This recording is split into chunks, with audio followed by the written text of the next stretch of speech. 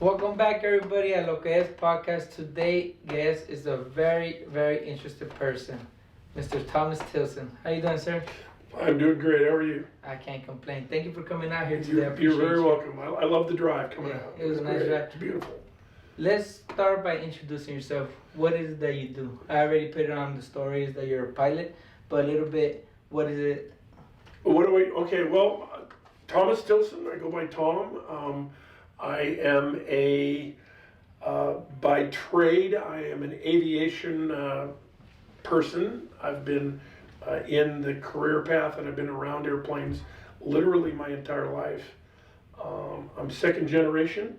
My father was also a commercial pilot. He started out flying the last 2 years of World War II, 43 and 44. Wow. Where I identify primarily as an Alaskan. Okay. I'm from the state of Alaska, but I was actually born prior to the state becoming a state in 1958. So I was born in the territory of Alaska. It wasn't a state yet. It wasn't admitted to the Union until 1958. So I was born, I'm what they call a territorial baby. Oh, wow, I didn't know that. Yeah, as well as my dad, who was also born in Sitka in the early 20s. And I'm 65. And so. Well, you look good. Oh, thank you. Yeah, thank you. It's being Alaskan. We all look this way. So anyway, and one of the first things I want to really important, one of the most important things we need to talk about here is why I look like this right now. Okay? So here's the deal. This guy convinced me to come and do this, and I thought he was going to be an audio podcast. And my fault, I told him I was going to look at some of his work before he came out. I'd never had time this week to do it. So I just popped out. I've worked from home today, and I'm dressed like this, very casual. And all of this gear is my scuba diving. I'm a scuba diver, and I wear my scuba diving swag. And so I just hopped in the car and ran out. And when I walked in the room here, I went, "Oh my God!" So I'm wearing a brace because I had my knee replaced 3 years ago, and I still wear this occasionally just to help recover and keep my strength up on the knee as it takes a while to recover a new knee. And so that's why I look. I don't know even what I look like here, but You look anyway, good. You look good. Don't Yeah, even well, worry about so it. that's the weird dress. I apologize. Most people will be like, "Is that the pilot?" Yes, Yeah, no, yes. I'm really honest to God. I'm a pilot. So I've spent about depending on when you want to start counting, but I'm effectively been in aviation since I was 15 years old. So I worked at the airport pumping gas, just being what we call an airport rat, hanging around, helping where I could, and then when I was 16 years old, I soloed by myself with an instructor, did what I was supposed to do, and then I was released for my first solo flight in Juneau, Alaska. Juneau, huh? Yeah, when I was 16 years old, I got to go around the pattern 3 times by myself. By yourself? With my flight instructor down on the ground, making sure, hoping that I did good, and I did. And then from there, I puttered a little bit around aviation. From then, I joined an organization that I'm still a member of, which is called the Civil Air Patrol, CAP. It is a part of the United States Air Force. It is a auxiliary of the United States Air Force. So the United States Navy and the United States Air Force both have civilian auxiliaries, they call them. And they're made up of civilian volunteers, and they do particular things. The Navy has the Sea Scouts, and in the case of the Navy auxiliary, Coast Guard has a Coast Guard auxiliary, and the United States Air Force has a Civil Air Patrol. And this Air Force owns the largest fleet of civilian Cessna aircraft in the world. No one knows this. Most people don't know this. Well, we do now. Yeah, we do now. And you can be a civilian and join the Civil Air Patrol. It's a quasi-military organization. So I'm actually a captain. I'm Captain Tom Tilson, Civil Air Patrol, and we actually go out and do search and rescue. Captain? We do search and rescue for the Air Force. Have you done it? Yes. Well, Yeah. How was that? It's Alaska. In Alaska is where I originally joined. They have a cadet program for children. Okay. You can jump in, I think, at 14, and you become a cadet, and you go through. It's kind of like the Boy Scouts, Okay. only for Pilots. pilots. Wow. And so it's one of those. It's one of the things we're going to talk about tonight because it's an avenue. It's a wonderful avenue into aviation. It's also an avenue into the United States Air Force Academy. It's also a great builder of leadership and that kind of stuff for kids. And it's kind of thing. You have uniforms and you go like on Thursdays to the meeting, and it's like the Boy Scouts. You can't be dressed like that though. I can't be dressed like this at any time. I just dress like this to come out here, and the joke's on me. So 14,000 hours under your wings, right? Yeah, about 14,000 and some change. How many miles is that? You think that you have flown? Oh, geez, Have you ever put that in perspective? I've never thought about it. That's a lot of miles. It's got to be. Oh man, probably over 1 million miles. I bet. I mean, it depends. It depends on the speed of the aircraft, but figure piston aircraft are 200 miles an hour. You figure jet aircraft are 300 to 400 miles an hour. So do the math. 14,000. What's the fastest plane you've been on?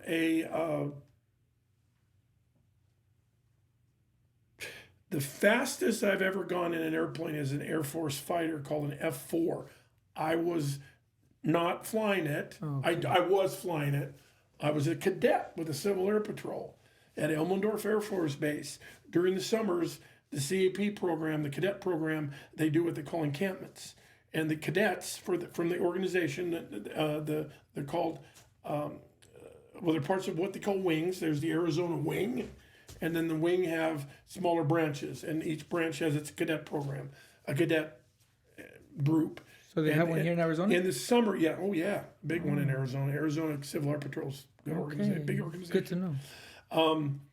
So if you guys ever go to any of the air shows here in the Valley, the Phoenix Valley, like the Luke Air Force show or any Buckeye, any of them, the Civil Air Patrol guys are always there. Okay. So anyway, so it was an F-4 Phantom, which is not used anymore today, but you can Google it. It's a badass fighter. F4 so Phantom. I got a ride a couple different times. We get during the summer, the cadets go to an Air Force base and they live for 2 weeks at the base, and they do all sorts of briefings and indoctrination stuff, and you get to run around, see how the Air Force does its thing, and you live there in the barracks for 2 weeks. So it's like a JLTC, but for... Yes, that's exactly what it is. Technically, right? Yep. Oh. And a lot of the cadets will leave the cadet program, and if you get up to if you get to be into an officer's program as a cadet, it was cadet lieutenant, cadet captain, that kind of stuff, you can leave the cadet program and get an immediate 2-grade boost going into the military. Oh, so you're ranked already. Yeah, technically, you got basically a foot inside the door. Yes, it's a great program. So that's I'm funny. I wasn't even coming to talk about the Civil Air Patrol tonight, but it's an amazing program, and like I said, I've been in it since I was 14. It is what it is. And I soloed. My first solo was with the Civil Air Patrol in a Civil Air Patrol trainer airplane in Juneau, Alaska. I flew with actually she is a she pilot. And first time, it was pretty cool. Can't wait. But what is the? How many hours do you need to get your single engine pilot license here in Arizona? Well, it's not Arizona. It's national. National. It's federal. So everything's a federal thing. Airplanes. Yes. Okay. It's not state regulated. That's a matter of fact who I work for now. We're the people that deal with all that. Oh, so you're the DMV of flights. So we're drifting here a little bit. Let's get me figured out so everybody can kind of understand where I'm coming from here. So I had a 45-year-long commercial aviation career. So I've been flying commercially, in other words, making money, getting paid to fly airplanes since about 1980. Well, no, since 1980. I trained up and got all of my flight certificates necessary to do the flying, starting in 1978 and then 79. I finished out my training in Florida at a big, relatively well-known flight school down there in Vero Beach, Florida, company called Flight Safety International. So I was at their primary training facility in Vero Beach. I finished out, I received my commercial pilot certificate in 1980, early 80.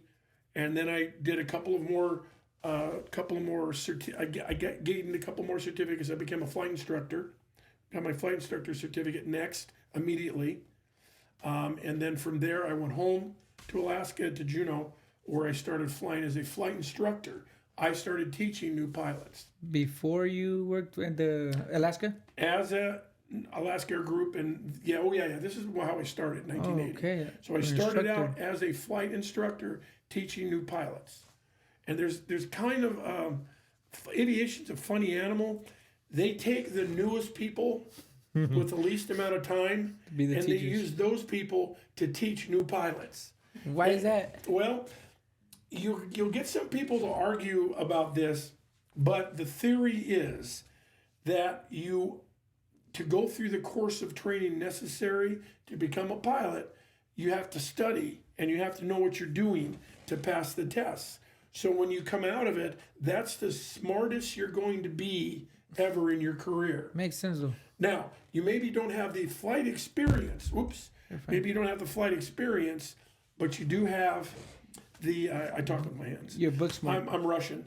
You're book smart, and training is done in a very contained manner, with flight lessons figured out ahead of time. You know when you're going to go up flying, you're going to go up. You're going to do this. You're going to do that. You're going to go do landings. You're going to go do air work, and then you're going to come back. The flight's going to be 1.5 hours long. We're going to accomplish these goals on this flight. So you know, and the guy that the kid or the young person that came out of their flight training will be very familiar with this process. It's closer to Yes, therefore they're like right now. If I went out to give you a lesson, I would be all over the place. I would have to actually study my lesson plans, which I have a giant book about this thick that I built when I was a flight instructor. It's one of the things you do when you become a flight instructor. You have to build a training book yourself. It's like when my son, he goes to school and does math, and dude, I swear, like the math they teaching him right now compared to the math I know, it's the same thing. Like he's fresh, and I have to go read back and understand it. Who's the smartest guy in the room to do the math? The kid is. Yeah. Right? It's the same thing. So that's the theory behind how we do our instruction. Okay. Now it doesn't hold all the way through to airline level stuff, but for initial flight instruction, that's literally the model that's used all over the world, but mostly here in the U.S. So we have the largest flight schools in the country now here in the Valley. In Arizona? Yes, in the Valley. Oh, the Valley. And up in Tucson, Okay. but primarily here in the Valley. And Is it because of the weather? That's why we have a lot of the Air Force bases, right? There's a bunch of reasons why it's here, but the primary reason, the two training areas in the United States of America were Florida's Gold Coast. We're talking Palm Beach, North, Fort Lauderdale North to just up the coast to Melbourne, Florida. That's called the Gold Coast.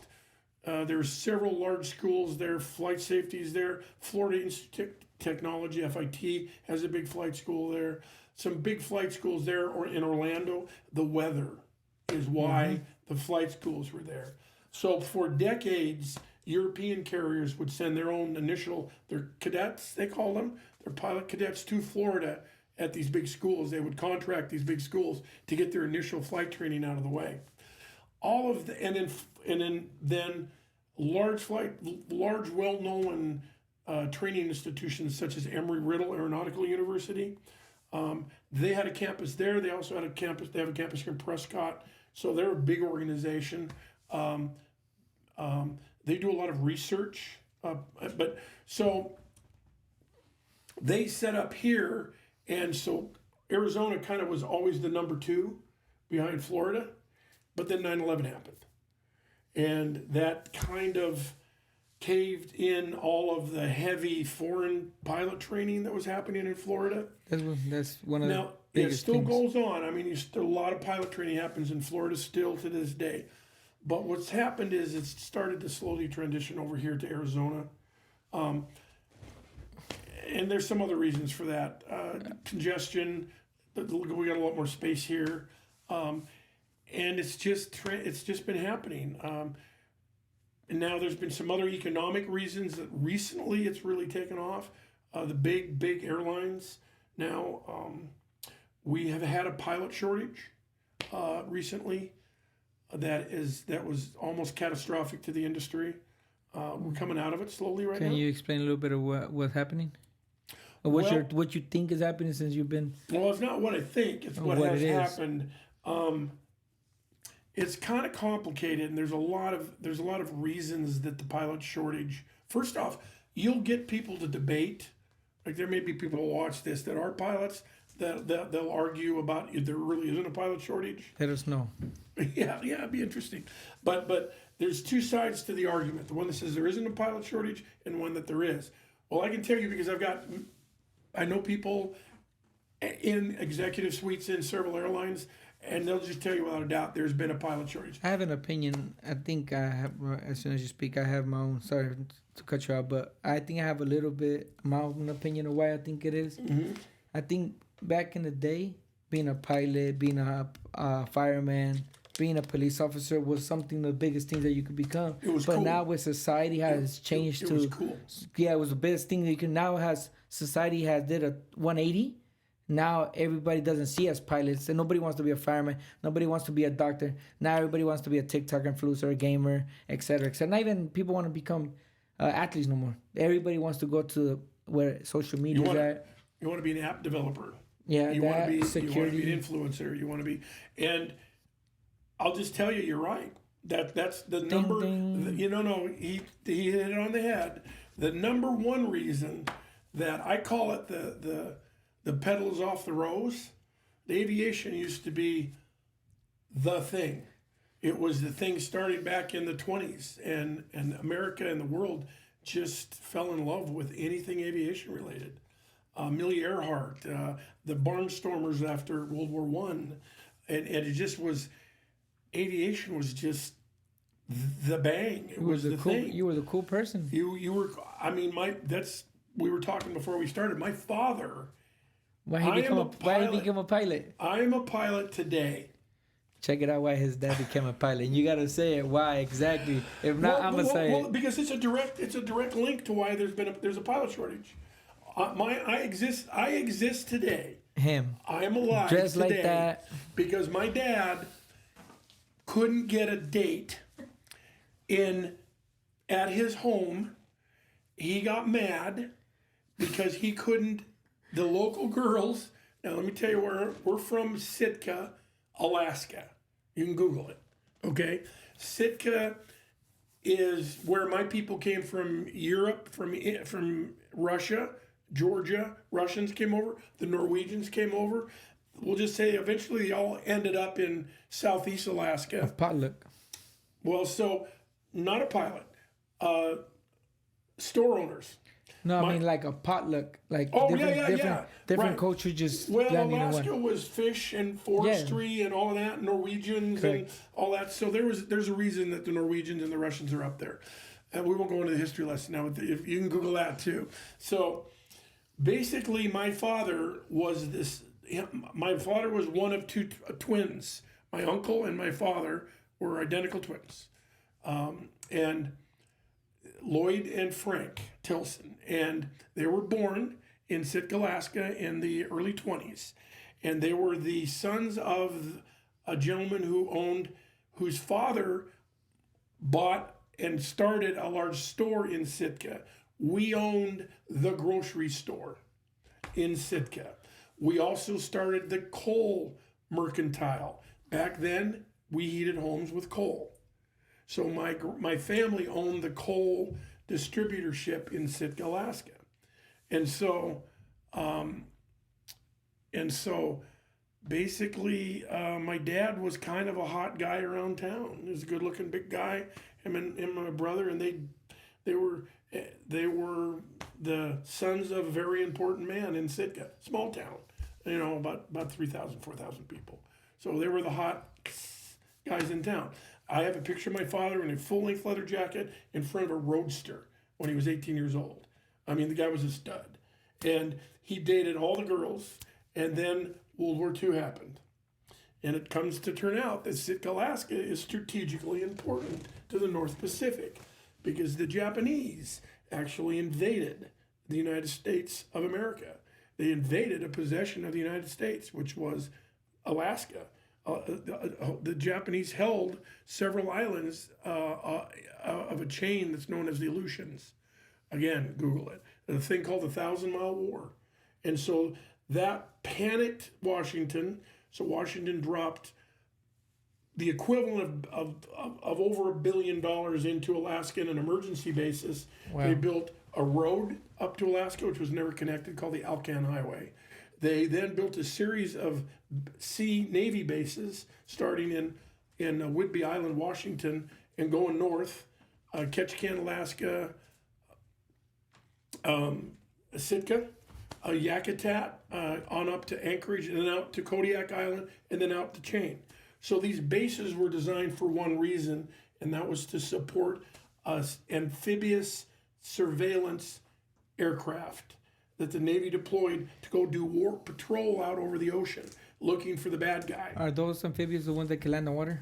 And an amphibious aircraft is an aircraft that can land on water or land. Okay. And so these particular airplanes were built by a company called Consolidated Aircraft. They were Consolidated PBYs. And again, you can look it up. They're big, giant flying boats. And there's actually a Steven Spielberg movie with a PBY in it that's pretty good. Always. The movie's called Always. And you can see a PBY in that movie that's used for putting fires out. Anyway, PBYs were built for the United States Navy for the war to be a surveillance aircraft. I'm gonna find Alaska. Go ahead. And it's a lot bigger than that. Yeah. So what would happen is that so they built a chain of these bases, right? Well, there was no base in Sitka, so they went out. There's no land in Sitka either because it's all fjords. So they built an island. They built an island, which is still there today. It's called Japonski Island. The Seabees, the U.S. military Seabees moved in. They did a bunch of they hauled up a bunch of dirt, and they made a big giant island, several hundred acres, and they built a amphibious seaplane base on the island, and they built a hospital and they built a Navy base. And my dad, during that construction, there was 1,500 people in and out of the city, Navy people. And all those guys wore uniforms. And all the local girls thought those boys were hotter than my dad. They said that next. made my dad mad. And so then along about in early 40s, something kind of weird happened. My grandfather ran for office and became the mayor of Sitka. So Mayor TILSON. And so he was the mayor of Sitka during the last 2 years of World War II. And so he became mayor, and the mayor obviously has a very good relationship. Now, at this time, Alaska was under martial law. Oh, wow. Because it was a war zone. Okay. And we gotta remember, it wasn't a state yet. It was a territory. The United States government owned Alaska. So it was like Puerto Rico in other sense. It was exactly like, it is Puerto Rico. It was Puerto Rico before. But way bigger. Yeah. But, way bigger than everything. So my dad, who was irritated as hell about all of this situation with the girls, basically went to my grandfather, and he basically he got my grandfather to go talk to the powers to be, and he's the mayor, and they have a relationship. So he got my dad accepted in for flight training. So this is where it comes in play. It's not what you know. It's who you know. Mm-hmm. Yeah. I wish I knew Mr. TILSON back in the day. It's World War II. Nah. So that's where you come from. So he went to pilots. They shipped him out of Alaska to Pensacola, Florida. They taught him how to fly an airplane. Then he shipped him back to Whidbey Island, Washington, north of Seattle. Still there today. They had the same kind of model base there. They built all the bases that were exactly similar. Replicas. They were replicas of each other. So that way the pilots could go from base to base, and they knew what was going on. The same ramps that my dad would take his planes down are still there today. Have you ever flew into I one? have. I've taken a seaplane into those ramps in Whidbey Island. How did it feel the first time you did it? Whidbey Island, one of the companies I worked for was a seaplane-based company. We'll get to that. But I've been on the water that my dad used to land his Navy planes in. I've been on that same water with a commercial aircraft, seaplane. So I don't know. It's weird. I mean, this is weird. I don't want to get weird about it, but it's my history. And so Dad. So now here was the problem. During World War II, there was an event that was horrific, and that is there was a destroyer called, ironically enough, the USS Juno, okay, named after the capital of the territory. The Juno was blown up, and most of the folks on board, there were not very many survivors. Wow. 5 of the individuals that got blown up were brothers from the same family, called the Sullivan brothers, and they've made a movie out of this, and it's black and white. You can still watch it today. Okay. And it killed all 5 brothers. And at that point, there was such a brouhaha about that the War Department made the decision never to put members of the same family together in the same situation. Wow. And so my dad got caught up in that a little bit, and come back home.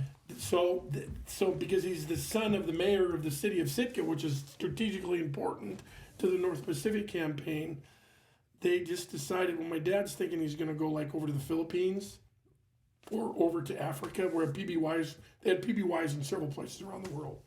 So instead, they shipped him home to Sitka.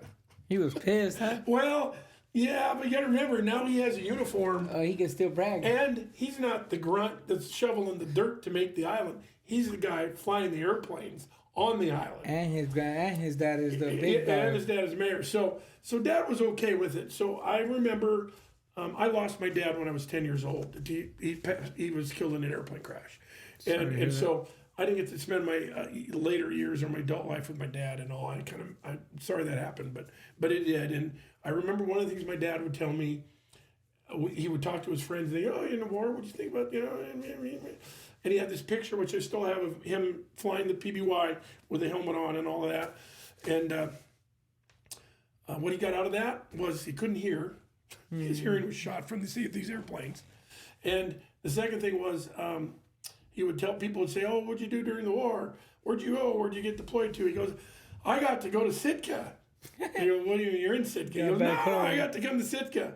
But he was in a war zone. He went on war patrols. It's just when he came home, he got to go home and sleep in his bed. And his mom would make him dinner. He'd get up in the morning. He'd go over to there was a ferry. There's a bridge now. But there was a ferry that went across. Hop the ferry over to the base and go out on an 8-hour war patrol. Sounds like an interesting man. So he got deployed a couple times out to the Aleutians. At this point, we'd chased the Japanese off the islands. Or they left. That's another whole long story. But so he never did fire a gun in anger. He did say that they bombed a lot of whales. He did say that. Yeah, for practice. Don't let Peter hear that. Yeah, no, it was World War II. And then, and I don't know if he really bombed a whale. I don't know. That's what they used to say.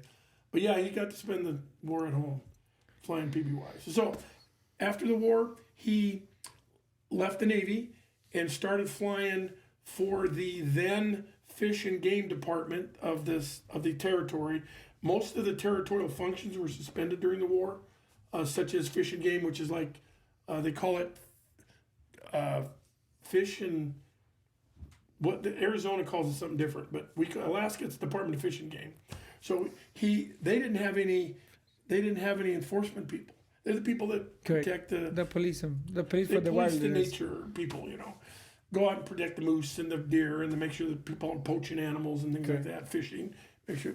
So they didn't have any of those people after the war. So a lot of the military guys volunteered. They would go down and buy their own airplanes. Actually, down near David Monson, where a lot of the planes ended up after the war, you go buy a surplus airplane, go back to Alaska, and they would hire you, pay you hours for your airplane, and give you a gun and tell you to go out and be a fishing game enforcement officer. So my dad did that for several years, and then he got picked up by an airline called Ellis Airlines in Ketchikan, Alaska. So in Southeast Alaska, there are no roads. So all of these communities are connected together either by air or by water. Just like Mexico. That's how they do in the ranchos. That's what it's called ranchos. So you live in the city, you have to go to a rancho, get a little Cessna, So a lot of people. So where I'm from, they go to the capital, they buy their groceries for like a month, put in And the they fly truck, back, yes. they go on a plane, and then they just fly into their rancho. In Alaska, that's called living in the bush. Then in Southeast Alaska, in the main part of Alaska, villages, you go out from Anchorage, it's the same thing. Okay, cool. In Southeast Alaska, it's all fjord country like Norway. Yeah. It's 600 miles long, 150 miles wide, made up of 26,000 islands, little ones, big ones. And so all of that's connected together with a ferry system now. And then the airplanes after the war, we had a military base in Annette Island near Ketchikan, Sitka, Japonski Island. Juneau's airport was improved and expanded. They built a little airport in Petersburg, a little one in Wrangell. Yakutat had a base. So now all of a sudden, now Southeast has all these airports. But still, you connected together with surplus seaplanes from the war. 2 companies started up. A guy by the name of Shel Simmons started a company called Alaska Coastal in Juneau. And in Ketchikan, it was a guy named Bob Ellis, started Ellis Airlines. Same airplanes, an airplane called a Grumman Goose, which is a miniature PBY, and PBYs. They bought these surplus, and they started running an airline with these airplanes. So you'd fly into Annette Island on Pan American World Airways, Pan Am Clipper to Annette Island. The seaplane would come in, and I have pictures, park right, the PBYs and Gooses would park right next to the 707 jet. Mm-hmm. People get off the 707, get on the Grumman, and they would fly the last 15 minutes into town and land in Ketchikan that doesn't have an airport. So the Ketchikan's airport was the waterfront of Ketchikan, a big building on piers with lifts for the airplanes and big docks. And that's where I was born in 1958. That's a lot of history. And my very first memory, one of my very first memories, besides going out of control on a sled with a bunch of big boys and ending up in the water, was being with my dad in an airplane called a Grumman Goose, a G-21, which is another surveillance Navy aircraft seaplane. At what age? 3. So you were born for this, huh? I was born into it. Why was I born into it? Well, my mom, who's now in Juneau, this is during the war, she was there with her father, my other grandfather, who ran a large bar and liquor store in Juneau. And they also had some other activities upstairs, which were legal. Back in the... Hey, can you get a DUI flying airplane? Did he even get that? You think he even got that? Yeah, I got that one, but what's upstairs? Yeah. Okay. I know exactly what's upstairs. Yeah, okay. So that was legal though during the war. We could say that. No, it was legal. Was honestly, the military. Okay. It was all through the military. Mucho putation over there, huh? Well, you got to do something for the guys. You got to. Yeah. But so can you get a DUI my grandfather flying? had a bar and they had rooms upstairs. So anyway, so my grandfather and my mom. A saloon. It was a saloon. Yeah. It was called the Crystal Balls. It was called the Crystal Saloon. There you go. And then so during the war he did that, and then my mom and her girlfriends, she was working for White Alice, which was the Army communications system up into Alaska. My mom was an operator. She was 18 years old. Mm-hmm. She was a phone operator for the Army. And so while she lived with her dad, who ran the bar, anyway, so her girlfriends and her would go out on Fridays and Saturdays and go dancing at the big hotel called the Baronoff Hotel. Still there today. It's kind of the big swanky hotel. They had a big ballroom called the Gold Room, and they would have bands in the Gold Room. Well, Ellis Airlines pilots stayed at the Baronoff when they would fly up on their runs, spend the night in Juneau, turn around in the morning, go back, right? Friday night, my mom is out in the lobby with her friend Louise. They're smoking cigarettes.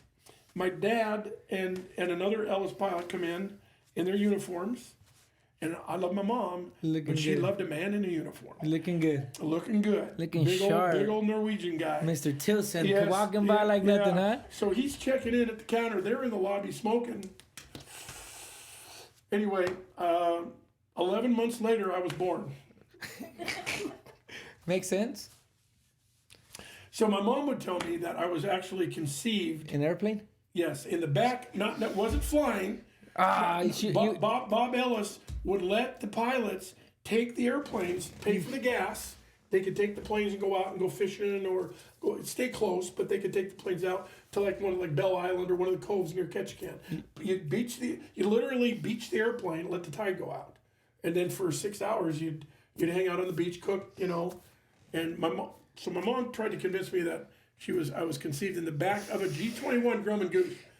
Now You were almost a high mileage baby. I have flown this airplane, so my dad was a big guy, and I'm going to tell you now, it did not happen. It did not happen. It might have happened. My mom. There would be, oh hell no, my mom. No hell no. This is gonna become a TikTok clip. I Just let you know that right now. I think it happened on the beach next to the airplane. But it was cooler saying it happened on the airplane, yes. right? Okay. Yeah, but I got to be, and I used to lie and I used to tell people I was conceived in the back of a Grumman Goose, but then I finally gave up because one day I was actually in the back of a Grumman that a friend of mine owns, and I'm like, nope. She lied. There's no way in hell that happened, So that's how I came to be, and Awesome. one of my first memories is the airplane hangar, the PBY hangar at Ellis in Ketchikan. Still there today. It's an office building now. They have these giant lifts because the tidal range in Southeast is 30 feet. It's huge. So the frontage of the dock's 30 feet high. Okay. From the water and the tide goes up and down a lot there. So they would put these planes on and these are big airplanes, giant airplanes. They would put these things on big giant lifts that had winches that would go up the front of the dock. So the plane would go onto the thing, and the dock comes up underneath and lifts it up the front up to the level, and they would push the plane into the hangar, do the maintenance on the plane, push it back out, lower it back down in the water, then take it back and tie it off to the dock. So my very first memory, besides being in the airplane with my dad, is walking around on that upstairs where the hangar is, and the PBYs would be sitting in the hangar, and my dad would just take me down and let me loose, and I'm like 3 and 4 years old. Back in the day, there was no structure then. There were no rails on the dock. So you could have fell. Hell yeah! You could swim. I got yelled at all the time. Get away from the edge, Tom. You were about to learn how to swim. The maintenance guys would all see me. They knew me, Tommy. And so Tommy would go pittering around through the hangar and I'd get under the planes and the engines on these big radial engines, big huge radial engine aircraft. They leak oil. They do. You had oil on your hair. And they had these big pans about this big, the size of this carpet right here. They would put this pan under each engine when they were doing maintenance on it, and it would just drip. And by the time the next day came around, they had 2-3 gallons of oil in the pan, right? So Tommy would go like sliding through the pan or get under the engine and get oil in his hair. And my dad would just come out mad as hell. And then God bless Tommy. I know. So those are my memories. So I come by this because I smell Pratt and Whitney engine oil. One of my first things I can smell is that smell. And so to this day, if I get in an older airplane like that, memories. Oh Jesus! They say smells trigger memories. Oh man, for sure. Yeah. And of course, I lost my dad at 10, and I moved away from aviation because I lost my dad. And at this point, I'm living in Juneau. And then, but I got a buddy of mine. And he said, "Hey Tom, let's go join the Civil Air Patrol together." So I went in as a cadet at 15, and I stayed with the organization until I was 18. Okay. And then I got into broadcasting. Doing this kind of stuff, and then but the allure. I worked at the University of Alaska, degree in broadcast journalism with a minor in political science. Okay. And the whole time I was flying airplanes, and at a certain point, I had some business stuff, some friends with radio station stuff, and I won't go into all that, but I never. You got hooked back. I was always looking over my shoulder. You already had your calling. You knew exactly. It was just something like, yeah. I mean, I look back now on it. I was doomed. I was going to have to be a pilot, and so my dad passed in this accident, and he left me a little bit of money, not a lot, but enough that I could go to Florida to one of the best flight schools in the country. It was hard to get trained in Alaska. Spitting all over you because of the weather. I tried through Civil Air Patrol, local flight instructors, and I got about 20 hours. I just couldn't get it done. So I made the decision to spend my dad's money, and I moved to Florida for 18 months. Is it expensive now? Is that one of the reasons you think people don't? Actual question back Yeah, we need to get back to this. So I'm an unusual animal. I went to a flight school that is what they call a Part 141 certified flight school. Here's how you get trained. I have never had a private pilot's license. My very first certificate to fly an airplane, and pilots are issued certificates. And that's what they're called. And they're issued for life. So and it starts with you get a student pilot's license, which is a medical that you go and get from a flight surgeon, and they're all over the place. You get a flight, you go and get a medical from a flight surgeon, and you get a piece of paper that says you're a student pilot. You then take that student pilot's license, and you go to find a flight instructor. Let's say you're a flight instructor, or I'm a flight instructor. You come find me. You say, "Hey, Tom, I want you to teach me to fly." Okay. So we figure out how to get an airplane, or I have an airplane, or you have an airplane, or we'll just buy one together. Or I'm I've already I know that's another story. Anyway, so then I teach you there's regulations that control flying, obviously. There's a couple of different ways you can become a pilot. You can freelance it, like you and I are doing right now. We can freelance it. You can hire me. I'll teach you how to fly. You sign me off on the hours? You have to have 40 hours. 40, right? Okay, to become a private pilot. And then we fly. There's curriculum you follow. There's requirements and regulations. Say how many hours you have to go cross country, how many hours of solo by yourself, what kinds of cross country flights we do. There's a whole training curriculum. It's all free and available online. So 40 hours to get your single agent private license. 40 hours to become a private pilot. That was a question that somebody asked me. How many hours it requires. Unless you go to a flight school. Which is? Depends. There's big flight schools that are like, they have curriculums that are approved by us, my office. So that curriculum allows you to come in at 35 hours. Oh, wow. Because you're under a tightly controlled curriculum. Every single thing you do is a lesson powered by a lesson plan. But it's more expensive as well, though, right? It depends. Well, depends. You just teach me and it'll probably be cheaper. Well, yes. Then that's enough. But we also live in the land of flight schools here in the valley. Yeah. So is it expensive? I think it's like 100. You have to look at it like there's two ways to look at it. You just want to be a private pilot, that's great. You can go get your private pilot's license for probably $10,000. Like 150 an hour. Yeah, per class. That's what I remember. About that. About 150 hours a good. And plus your headphone, your books, and all that. Yeah. So let's say average of $200 an hour for 40. That's $8,000. Yes. You know what I mean? So I tell everybody, you're going to go get your private pilot's license. It's going to be about $10,000. Yep. To get it done, and that's not bad. It's not compared to other things you can do. I mean, some hobbies are much more expensive. Like this.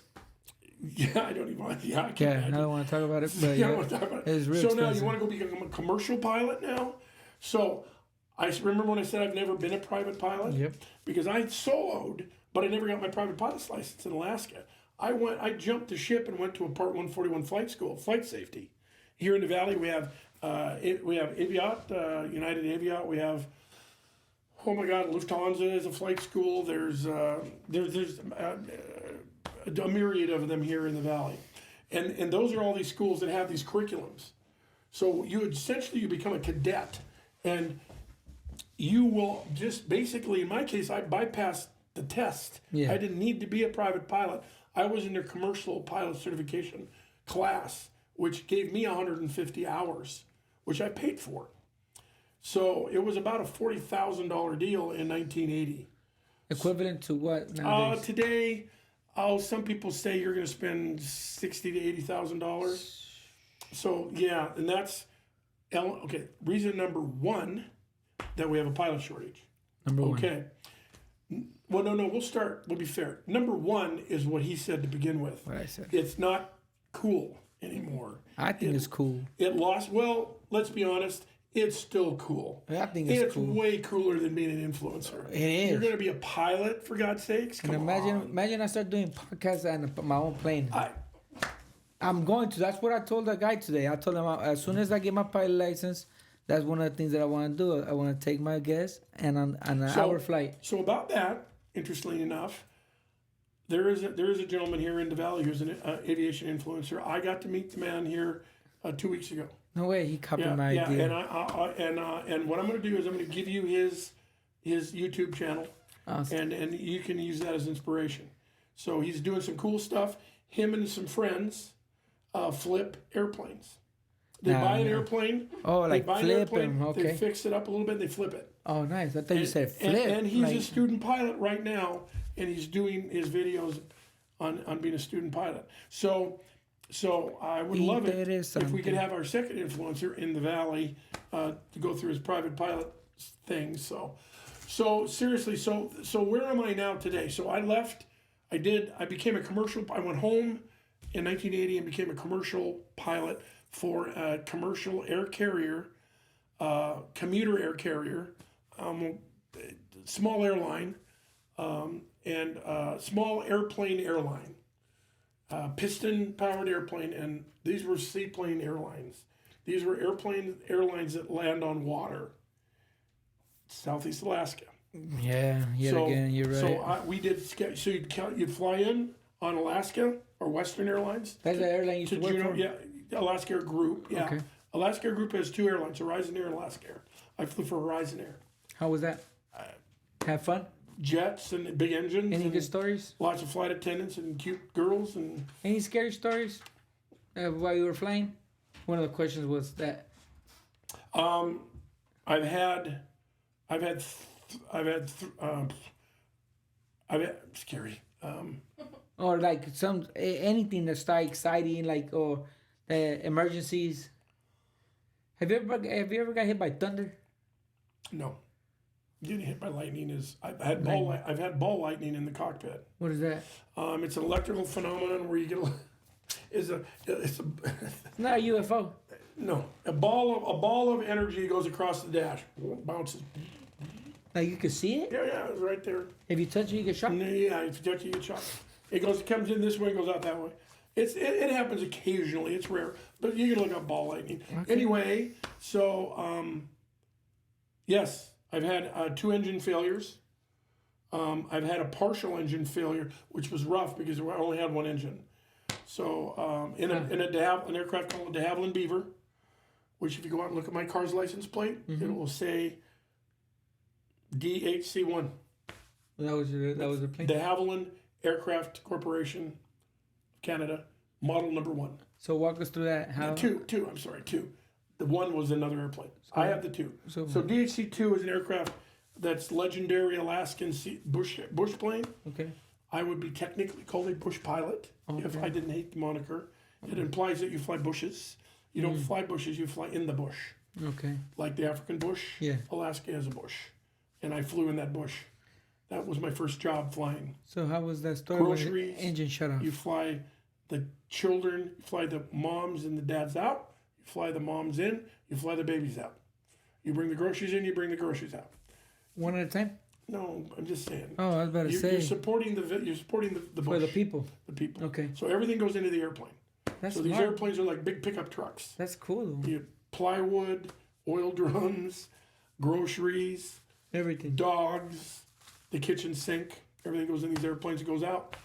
You're a big U-Haul. You're a big U-Haul. Yep, and you charter the airplanes on an hourly rate, or you take a scheduled flight to the villages and to the towns. We'd have schedules. So like we had during the summer, we had 3 flights a day out to the coast, to these towns like Pelican, Alaska, Elfin Cove, Alaska, Haines, Alaska. So these are all small little towns supported by these small airlines. So my first 6 years of aviation was doing that.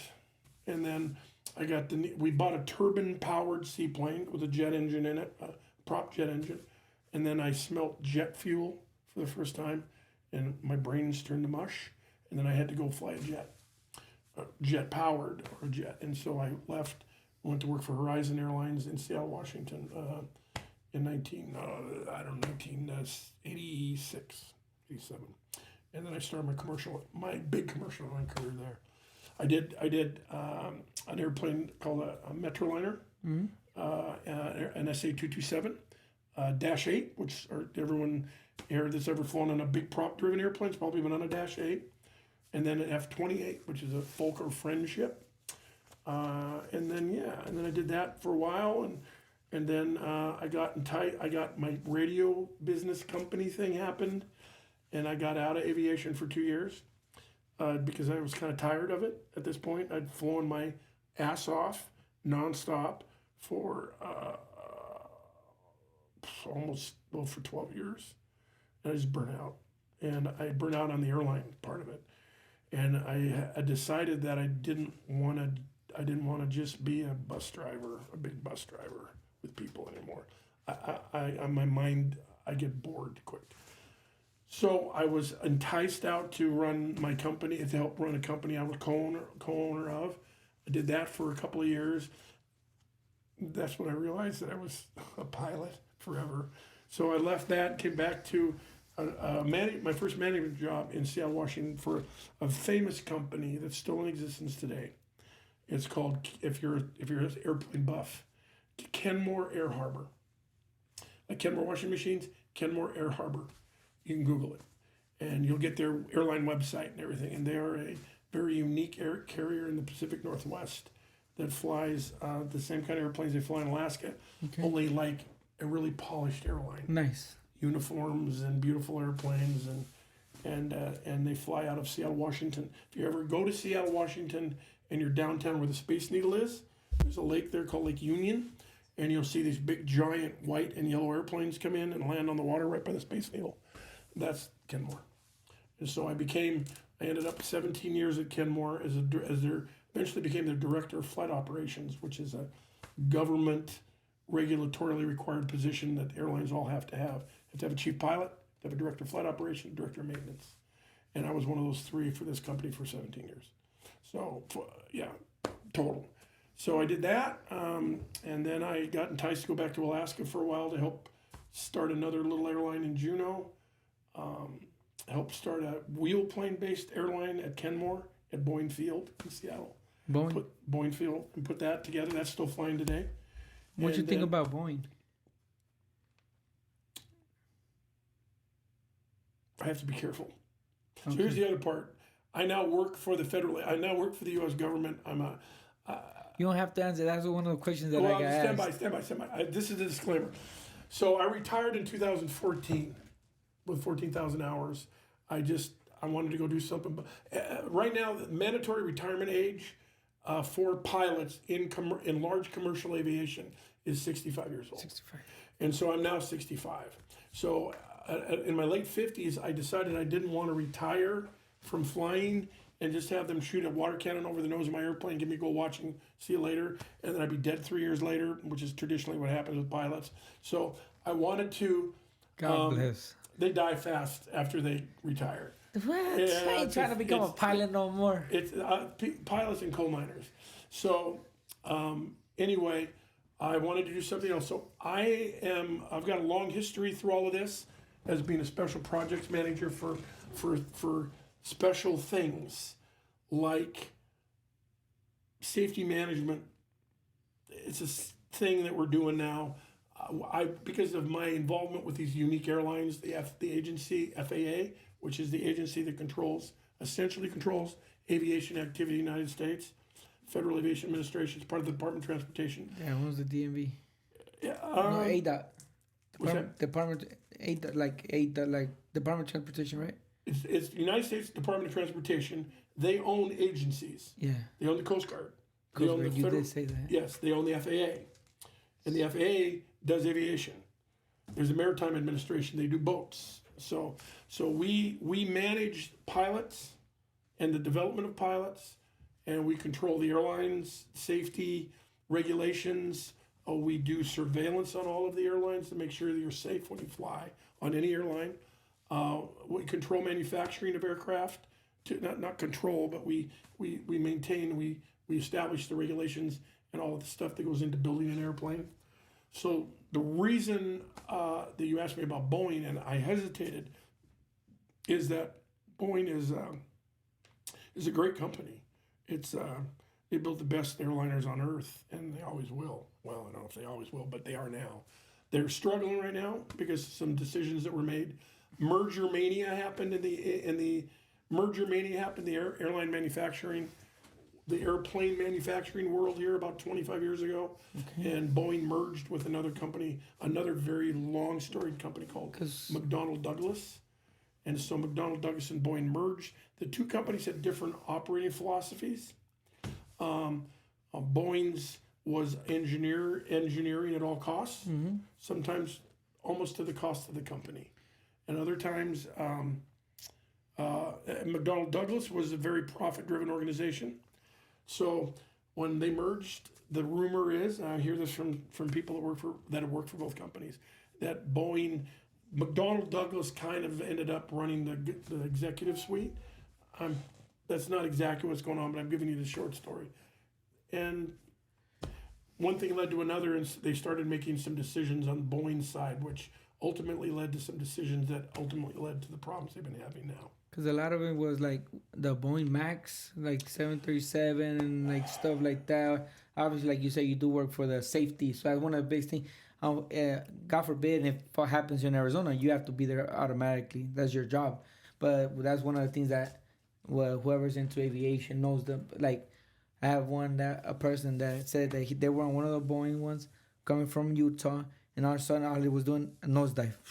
And then it went back up. Yeah. And again, like on like 4 or 5 times. Yeah. And that was the Boeing, was 737 or Boeing, something like that. The probably safest plane on Earth is the 737. But people would get scared at that point, Well, it's just now everybody's spooked about it. There's planes that probably hit air pockets. You hit mid-air turbulence, called CAT, clear air turbulence. Okay. It happens all the time. It gives you this thing. And no, but it said it nosedive, like it was driving. And you can launch a 200-pound drink cart through the ceiling of an airplane with clear turbulence. People have died in clear turbulence. For real? In every airplane they make, including Airbus and everything else. But it's an aerial phenomenon. What's going on now is Boeing has had a rough patch. That's probably why. And now everyone it's in the news. Every time Boeing pops a tire or blows an engine, which happens to all the airplanes all the time, you just don't know and hear about it. It's built into the system. These planes are so safe that you can lose an engine and it's not going to be that big of a deal. So, but the hysteria of media now and this fear, which you got to admit, the last 5 years, 6 years, we're scared of everything now. So the Boeing had 2 horrifically bad accidents with the Max aircraft. Yep. And it's very well. I'm not judging here. I can't. I'm not allowed to. But Boeing will recover. They're in recovery now. We're helping them recover. We have a responsibility to Boeing. We have a responsibility to the people of the United States of America to make sure that we continue to have literally the safest airspace system in the world. And we still do. I mean, our biggest problem now, you're going to think this is funny, our biggest problem now is we are so safe that we're beginning to have problems recognizing when we're not safe. It has become an honest-to-God problem. Our accident rate has dropped so far into the weeds that we're having problems measuring detecting improvement. Improvement. So we're afraid of trends coming out of this that we didn't catch. So basically your line is so straight. Like obviously you're doing so good. When you're doing a little bit better, you don't notice it due to the fact that you're or you're doing a little worse, you're not noticing it. And so it's an honest to God thing that we deal with every day now. It's an emphasis item in the agency, and so aircraft automation is an amazing thing. Aircraft automation is one of the reasons why we're so safe today. But what happens when you lose the piloting part of this? So because it's still a human machine interface. And so what happens when the human part doesn't keep up with the automation, and the automation goes south? What do you do? You think AI will ever take over piloting? You know how there's artificial intelligence that's taking over everything. You think airplanes will eventually not need a pilot? Yes. So how long you think before that? You said 3 things there. So what is it you're asking me? So do I think AI is going to end up in aviation? Yes. It already is. with the pilot. Air traffic control systems.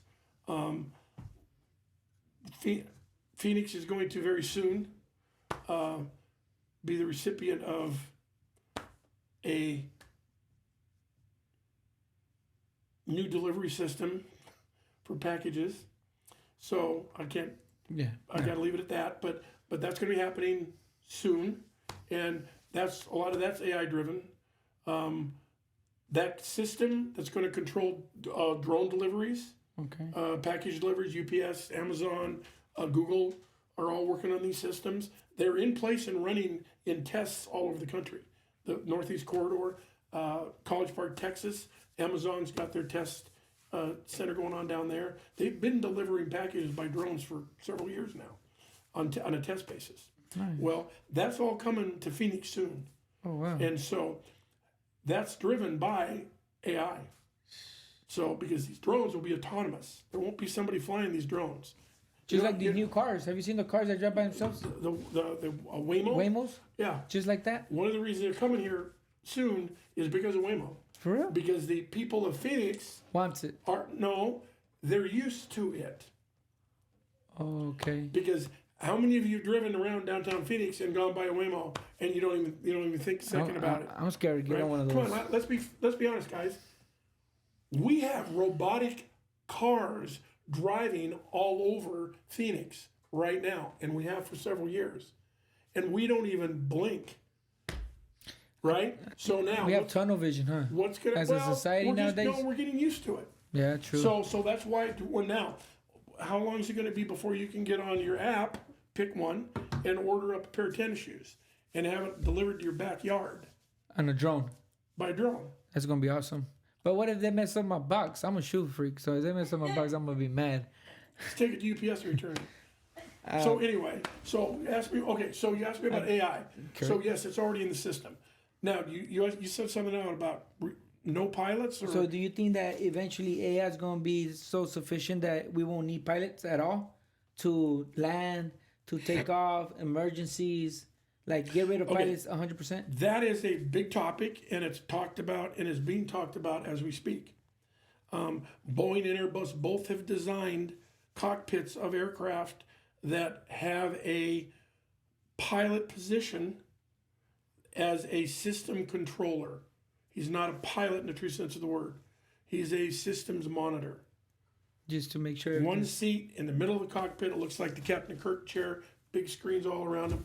Basically, the concept would be, we're not there yet, basically push the button, push the green button, and then the plane goes back, taxis out, takes off, flies a trip, lands, taxis in, shuts down, and the pilot turns the off button, the system controller.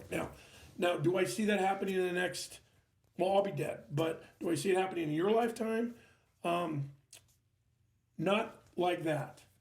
We are going to have pilots, manned aircraft for several more generations. Oh, cool. But they won't necessarily be the same kind of pilots that we have today. Mm-hmm. They will be pilots that know how to fly an airplane. They can take over an airplane in an emergency. But the sad fact is this reduction in accident rates we have in this country and around the world is because of advancements in automation. So generally what happens when you have an accident today in an aircraft, generally I'm not going to give you a percentage, but let's just say above 80%, and really it's above that, 80% of the time there's some human error involved in this. Always. So what do you do to fix 80% or 90% of the accidents that are human error? How do you fix that? You take the human out of the loop. Makes sense. So do I see a day where you're going to get on an airplane and there's no one flying the airplane? No, not for a very long time. But do I think that automation is going to continue to increase? Yes, it has to. It has to. You ready for some questions? Yeah, absolutely. What are those coming in on Instagram? Is this live? No, but I put it on yesterday. Oh, I got you. Yeah, okay. I put it yesterday, and We can pretend they're live. I have a lot of questions actually. So let's see. You know, guys, and here's the thing: we have wandered all over the place. I got off on telling my life story which was not the intention when I came here. So, but I'm from Alaska, and it's pretty cool. And my dad couldn't get a date, and because my dad couldn't get a date, is why I'm here today. I think that's important. Okay, go. Do you guys use maps or just coordinates? Like, Do we use maps? Yes. yes. I haven't. Hang on a second. I'll show you something. What's the longest flight you have ever had? The longest. Yeah, longest.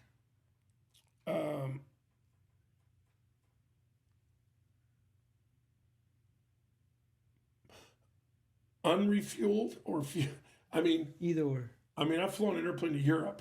Non-stop. It's probably Oh, non-stop. Flight. nonstop. Oh my God, that would be Hours. Probably the F-28, which was 3.5 hours. 3.5 hours is the longest flight that you ever. But that's at jet speeds. So you're talking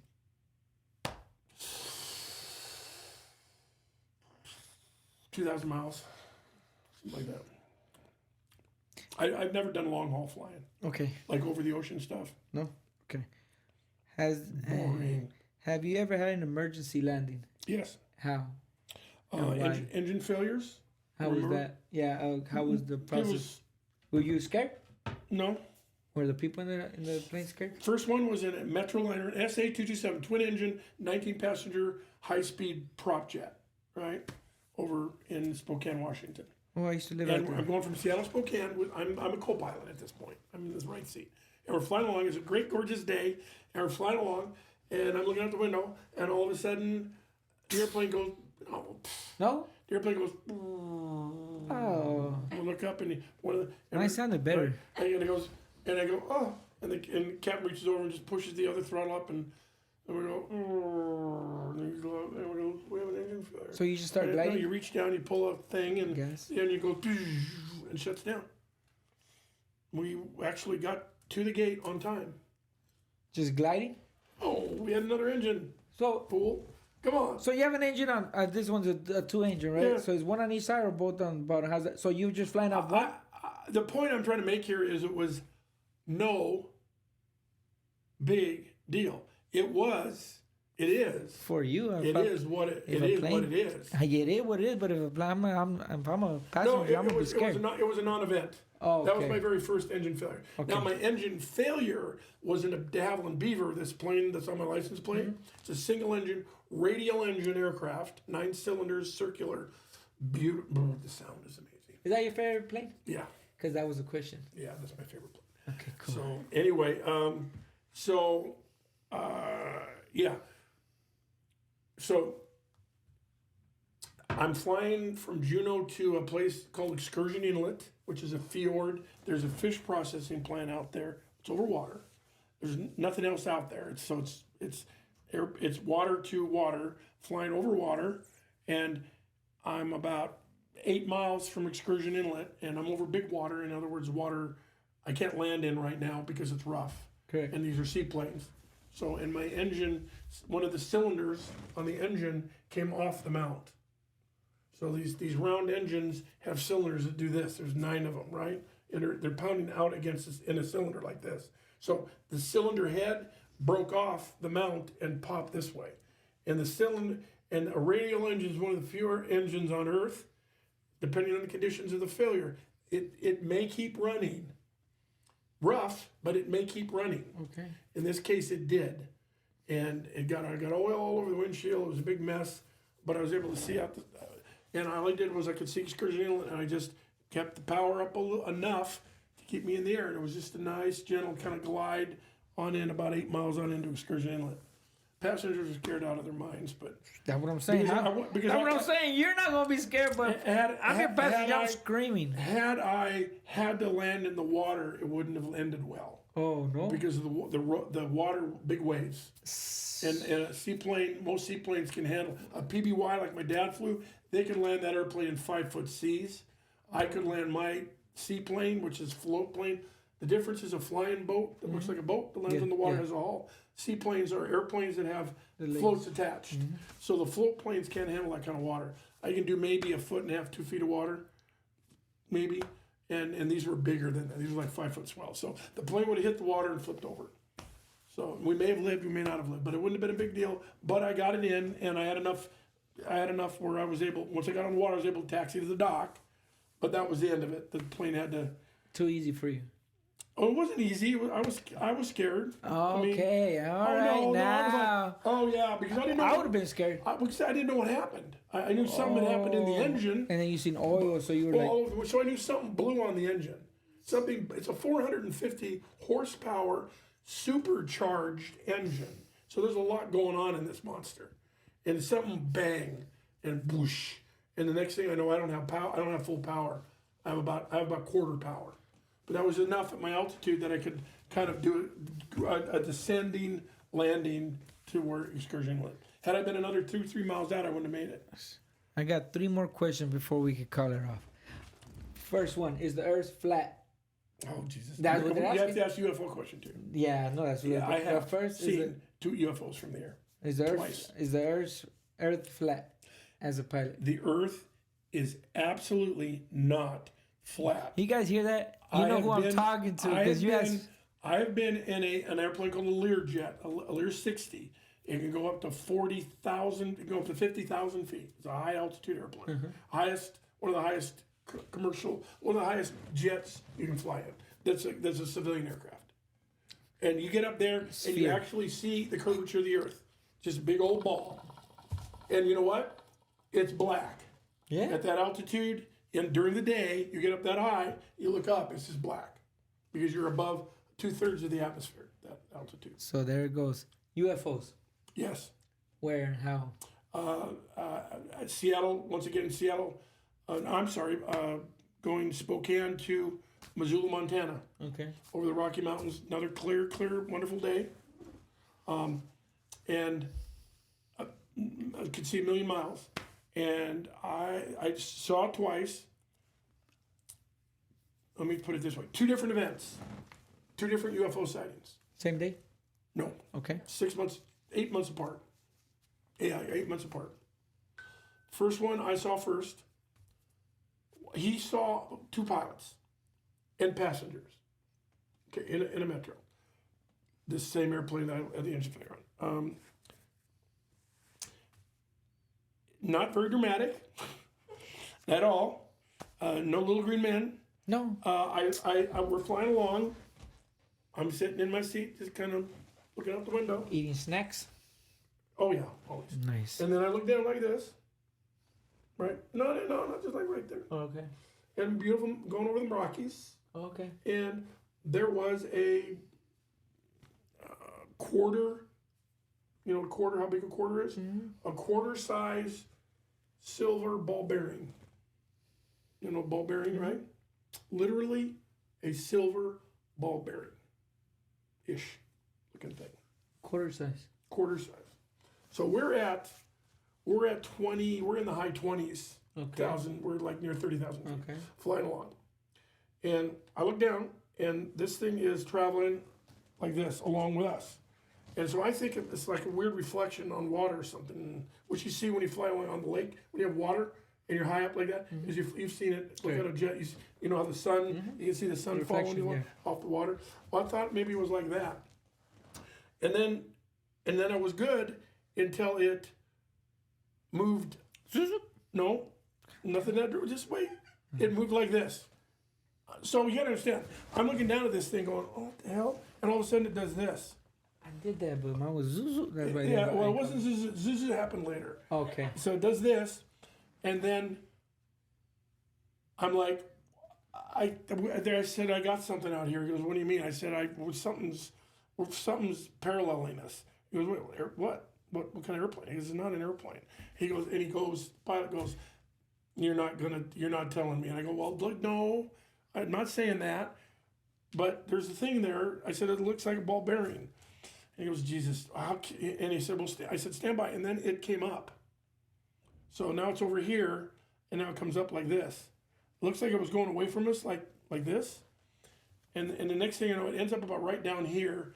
And I said, it's right there. And so he banks the airplane. So he does this gently.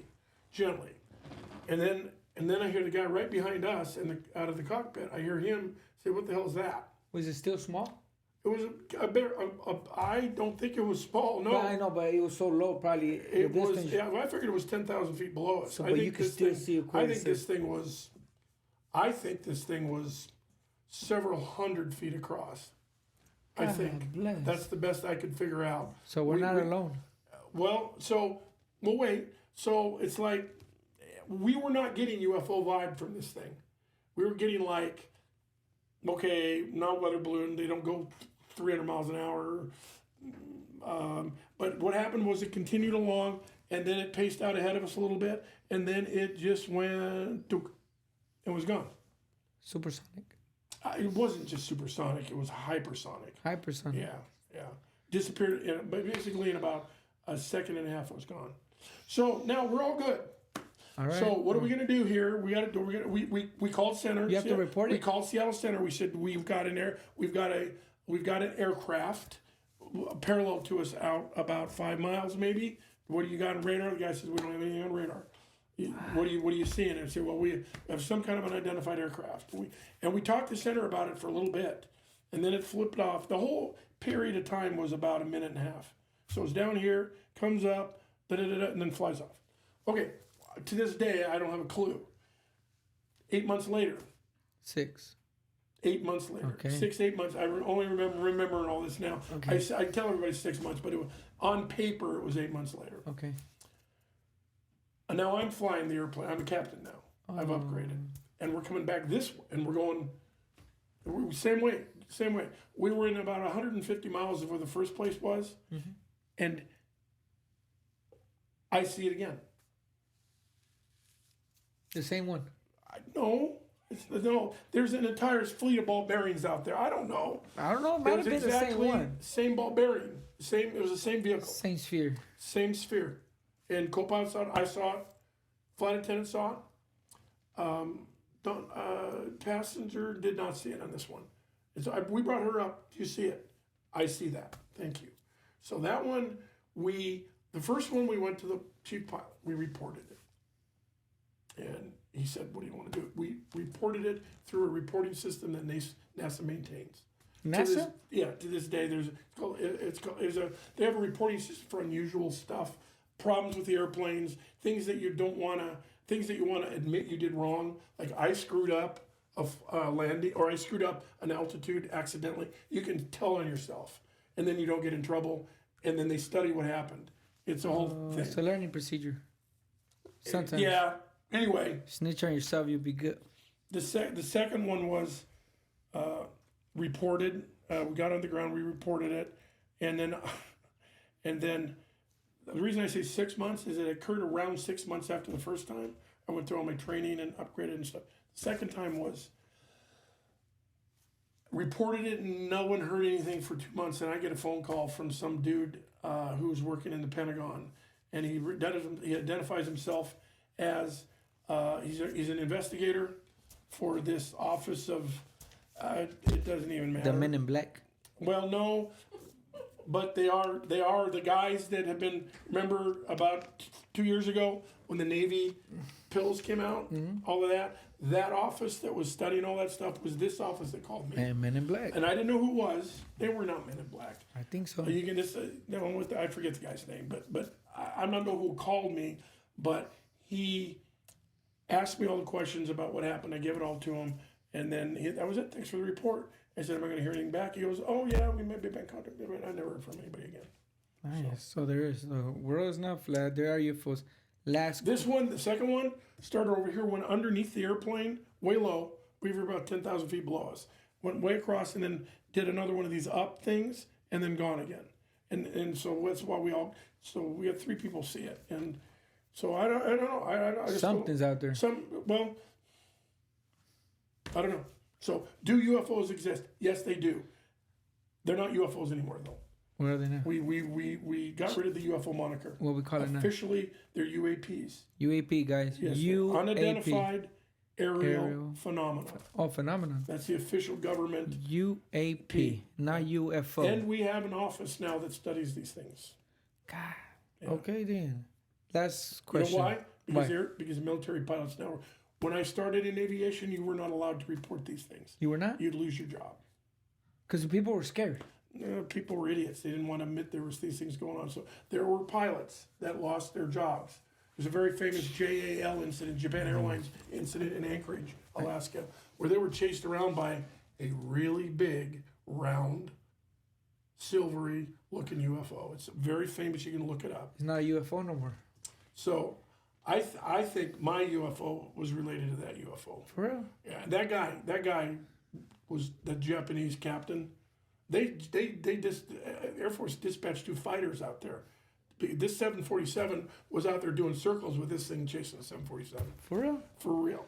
All right, So guys. so yes, they exist. I don't know why they are. I don't know what they are, but they're there. And the Earth is not flat. Okay. Nor is it hollow. Although I don't know about the hollow part. Okay. It could be hollow. They ain't asked that question. But I know it's makes not. Sense. But I know for sure it's not flat. Okay, last question. Last question. 9/11. Oof. I know it's a hard topic, but they asked, were you flying? How was the I was environment? What? Because there was the guys that tell the title that you can land center wherever they're Air traffic Air controllers. traffic said they were knocking planes down. Like everybody had to stop at the nearest airport Yes. automatically. There's no. It's Yes. that's I was flying out of Seattle on a charter trip, going to Canada actually, and Seattle's out of Seattle, Washington. This Whidbey Island where my dad learned to fly PBYs. That's still a Navy base today. Okay. A big Navy base, Naval Station, Whidbey Island, and they have an air traffic control facility there. So the civilian air traffic, this happens a lot around the U.S. Civilian air traffic control will hand you off to the military controller, and as you fly through their airspace, they have a chunk of airspace they own, and if civilians fly through it, you talk to a military controller until you get out the other side. That's very common. and the drones can't fly through there without permission. No, I don't know. I'm not a drone guy yet. But you threw me off my track here. So anyway, Get back. I GPS. was on Whidbey Islands. We were in Whidbey Island Naval airspace when they shut it down, and we were basically told that you need to land. And the controller comes on and says, "Kenmore, there's been a problem in New York, and we're bringing everybody down." And I'm like, "What?" And there's 3 of us that were going on. There's 3 aircraft doing this charter flight, and so we said, "What do you mean?" He said, "Well, I think in your case, you guys need to turn around and go back to Boeing Field." So we turned around and went back to Boeing Field. We were about a half an hour. We were 25 minutes out of Boeing Field. So we were told to go back to Boeing. We went back to Boeing and landed, and that was it. There was no flying around Seattle. The first airplanes back in the air in Seattle was our airline, though, because we were the easiest to control. Okay. And I knew we had a problem because that afternoon, after I got the plane back on the ground, we were trying to figure out what that was going on. We decided to take a break, and we took a drive over to down to an area called Alki Beach, which is on the waterfront in Seattle, across from the city. If you've ever seen pictures of Seattle, it's usually the beautiful waterfront with water in front. You can drive along that road and see that picture that's famous.